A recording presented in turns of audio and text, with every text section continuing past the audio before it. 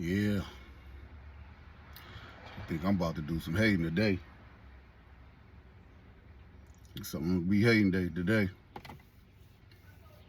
I hope y'all had a good 4th of July, man. I ain't heard nothing too bad, man, about stuff that went on in the city. So hopefully those prayers worked out for everybody.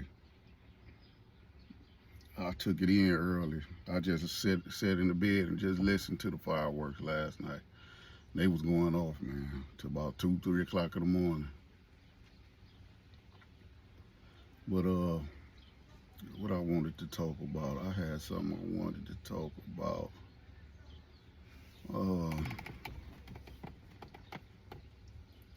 I wanted to talk about these young fellas out here, man. How we gotta figure out a way to get these dudes' heads on the right track. And we gotta start holding ourselves accountable for some of the ways that we done gave these young men, and they only doing what they was taught to do. So we have to go back and I won't say reprogram them, but we have to go back and let them know the mistakes that's being made and the mistakes that we made. Because I know me personally, I made a lot of mistakes, and I thank God that I got through a lot of those mistakes, and I learned from those mistakes. So I have to probably try to get with them and when I do get around them, I let them know, some of the mistakes I made, and what's the outcome of a lot of those mistakes. A lot of times it might not happen. People get away with stuff and people don't get away with stuff, but a lot of stuff affect us for a long time when we do face the repercussions. So what I want to do is encourage men that's my age. I'll be 53 this Monday coming up, and I feel like it's a blessing for me to get to this age, because I seen a lot of them that didn't make it. A lot of my homeboys didn't make it. A lot of my homeboys got out of prison, got killed as soon as they got out of prison. Fortunately, I had my mind together enough to not go back to prison and not get out here and get myself into some real serious danger. But I still see cats that's my age that's still moving the same way they was moving when we was in our 20s and 30s, and it's not helping, especially the young dudes, especially dudes who got sons that's the age they was when they was doing their thing and getting in trouble like that. And the thing is, if you got sons and you'd have been to prison and stuff like that, man, and you know how bad that is and how that stuff turning out and working out, you should at least guide them or let them know, at least get it off your chest, at least do your part and let them know, like, look, man, that ain't how it go. It ain't even worth it. But we tend not to do that. A lot of these dudes and a lot of these women be like, they have some type of pride when they kids be out here on some goofy stuff. Like, I see a lot of people that be like, what I'm saying? Like, I done see heard women say, my son is my shooter and all this type of stuff.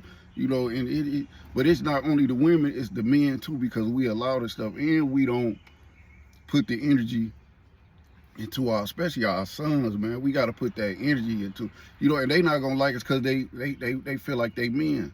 Like my son, me and my son bump heads a lot of time because he feel like I'm being too aggressive or I'm telling him something, you know what I'm saying? So I had to figure out a way, to get him to listen, because, and I lead by example. Instead of, just telling him stuff all the time, I just show him stuff all the time.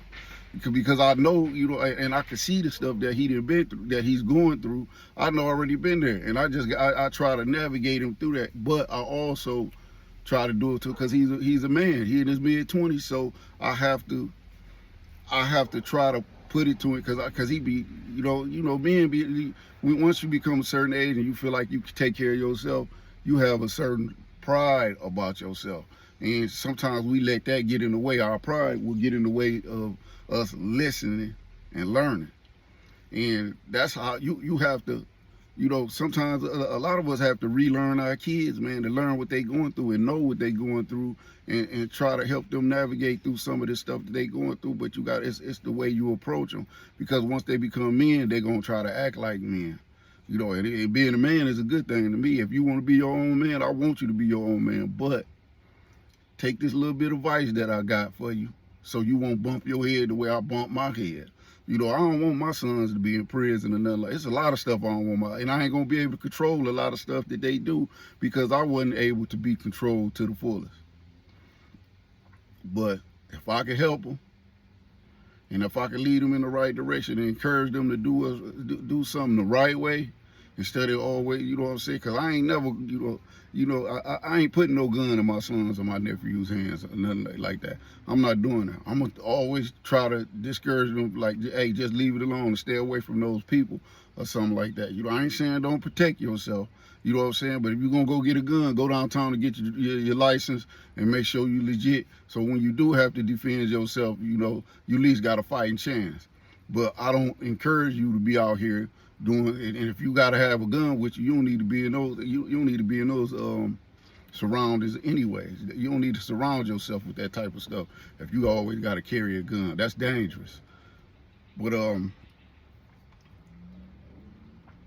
yeah, I'm trying to figure out a way to and I see a lot of grown men out here that got it, and they can be leaders, but I know sometimes it be discouraging, man, because, you know, but I look at how my uncles was looking at me, you know what I'm saying, how hard-headed they thought I was and stuff like that, because I had to put myself in a place of men that was my age when I was the age of my son.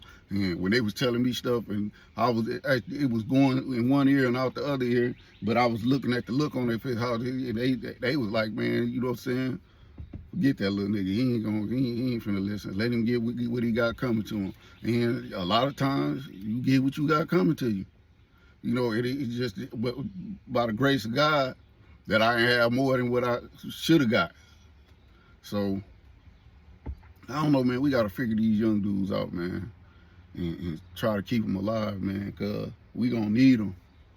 Because shoot, man, we getting to the age, man, and we ain't got no protectors coming up, man. You know, we ain't got no real strong young men coming up, man. There's a few of them that's trying, but it ain't enough, man.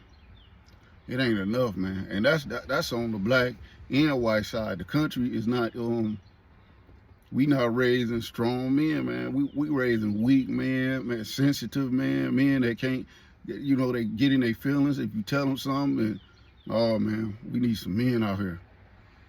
We need some real solid men out here, man. I don't see it happen, man. Like, a lot of the times, man, I see the women be stronger than a lot of these men out here, man. A lot of these men be acting like the women, man. These boys, all of that, man. So, man, I don't know what we gonna do, man, but we gotta get it together.